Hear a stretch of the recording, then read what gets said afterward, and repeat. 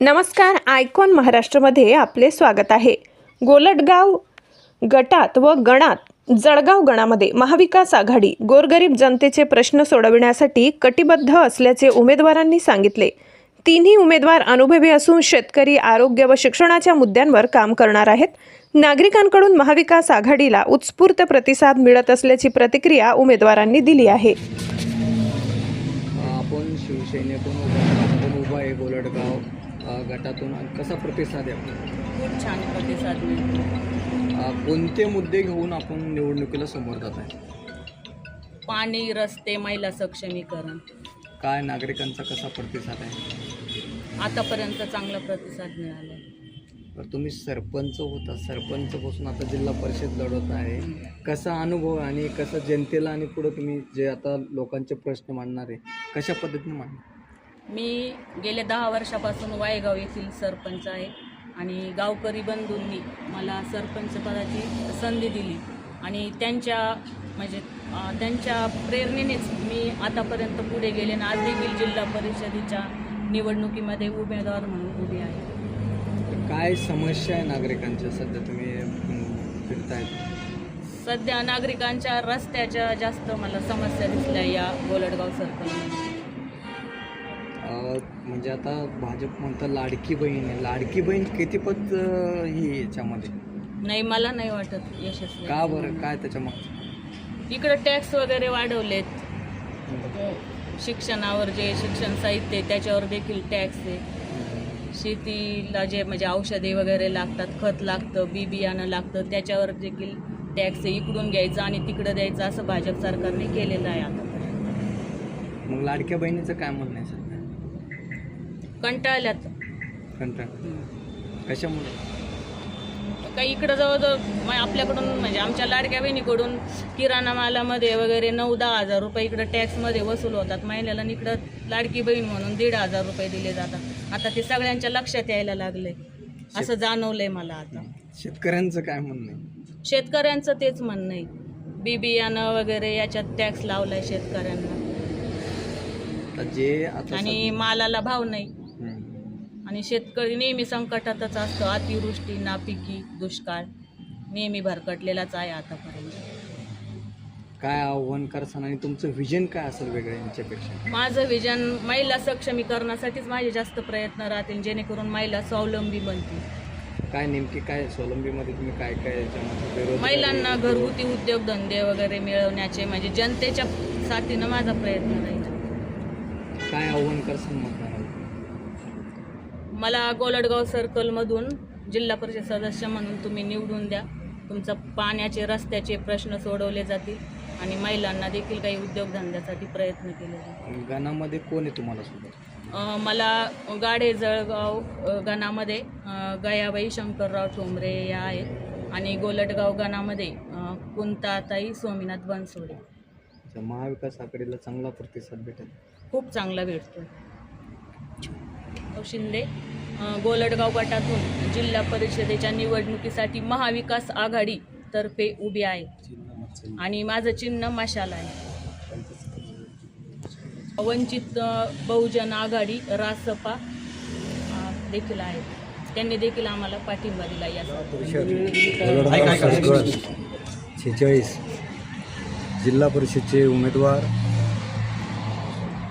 वैशाली अशोकराव शिंदे हे जिल्हा परिषदेचे उमेदवार आहे व गाडेजळगाव गणातीले उमेदवार गयाबाई शंकरराव ठोंबरे व गोलटगाव गणातील पंचायत समिती उमेदवार कुंता बनसोडे ह्या पण उमेदवार आहे। असे उमेदवार आमचे महाविकास आघाडी वंचित सर्वांचे उमेदवार आहे व मी गाडेजळगावचा सरपंच असताना पाणी पुरवठ्याची योजना लावकी धरणातून नवीन योजना केलेली आहे व माझ्या पत्नी गयाबाई शंकरराव ठोंबरे सभापती उपसभापती असताना ज्या तालुक्यातील कोणला शेतकऱ्याचे प्रश्न,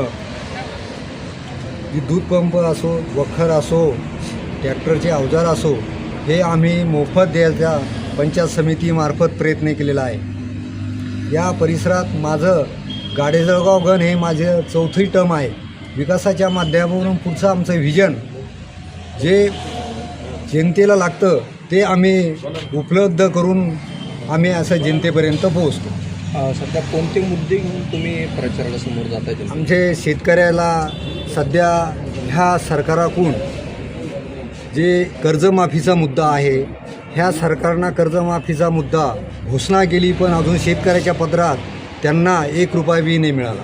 पीक विम्याचा प्रश्न असेल, कापसाच्या भावाचा प्रश्न असेल, खताचे जे शेतकऱ्याला पाठीमागं महाराष्ट्राचे महाविकास आघाडीचे मुख्यमंत्री असताना उद्धव बाळासाहेब ठाकरे यांच्या काळात जी कर्जमाफी झाली, नुसतं शेतकऱ्यांना अंगठा लावला तर उद्धव साहेबाच्या काळात 2 लाख माफी झाली.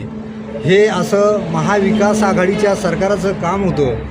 त्याच्यात संभाजीनगर व जालना जिल्ह्याचे खासदार डॉक्टर कल्याण काळे साहेब सर्व महाविकास आघाडीचे मंत्री आहे, त्यावेळेस त्यांनी खूप शेतकऱ्यासाठी काम केलेलं आहे. तुम्ही काय करणार आता? समजा यांनी महाविकास आघाडीच्या वेळेस केलं, तुमचं वेगळं पण कार्य आहे. आता पंचायत समिती जिल्हा परिषदमध्ये एक वेगळं असावं. तुम्ही सरपंच असताना कामं केले, सभापती असताना कामं केले, याच्यासाठी जनतेने जरा कॉल केला. कोण काम करतं, कसं काम करतं हे सगळ्या जनतेला माहीत आहे. या पंचायत समिती गणात, गोरडगाव गणात आणि तालुक्यात सुद्धा धनशक्ती विरुद्ध जनशक्ती. हो, ही धन शक्ती विरुद्ध जनशक्ती आहे हे सर्व जनतेला माहीत आहे. जनशक्ती पाठीशी हो, जनशक्ती पाठीमागे आहे. सर्व समाज महाविकास आघाडी केल्यामुळं आणखीन आम्हाला 100% पाठिंबा आहे. सामान्य जनता 100% आमचे 3ही उमेदवार गोरडगाव सर्कल हे महाविकास आघाडीला प्रचंड मताने विजयी करतील. मी अशोक अंबादास शिंदे, ज्या गोरडगाव गटाच्या उमेदवार आहे सौ वैशाली अशोक शिंदे यांचा पती. अण्णा, तुम्ही 10 वर्षापासून सेवा करताय इकडं आणि फिरताय जनतेच्या सेवेमध्ये. शिवसेनेच्या मार्फत कसा प्रतिसाद आहे? चांगला प्रतिसाद आहे आणि मी जवळजवळ मागील 34 वर्षापासून शिवसेनेचं काम करतो आणि या गटामध्ये आतापर्यंत 5 वेळेस जिल्हा परिषद सदस्य हा काँग्रेसचाच होता आणि या वेळेस त्यांनी मोठं पण दाखवून आम्हाला महाविकास आघाडी झाली. त्यामध्ये काँग्रेस, उद्धव बाळासाहेब ठाकरे शिवसेना, वंचित बहुजन आघाडी व रसपा यांची ही आघाडी होऊन या ठिकाणी मोठं पण दाखवून आपल्या या जिल्ह्याचे खासदार असतील किंवा काँग्रेसचे जे पदाधिकारी असतील त्यांनी मोठं पण दाखवून आमच्या म्हणजे माझ्या पत्नीला जी उमेदवारी दिलेली आहे. काय आव्हान करसाल तुम्ही मतदारांना हेच आवाहन करतो की मागील 10 वर्षाचा जो अनुभव, दांडगा अनुभव आहे माझ्या पत्नीला, गावामध्ये विविध विकास कामे केलेले आहे.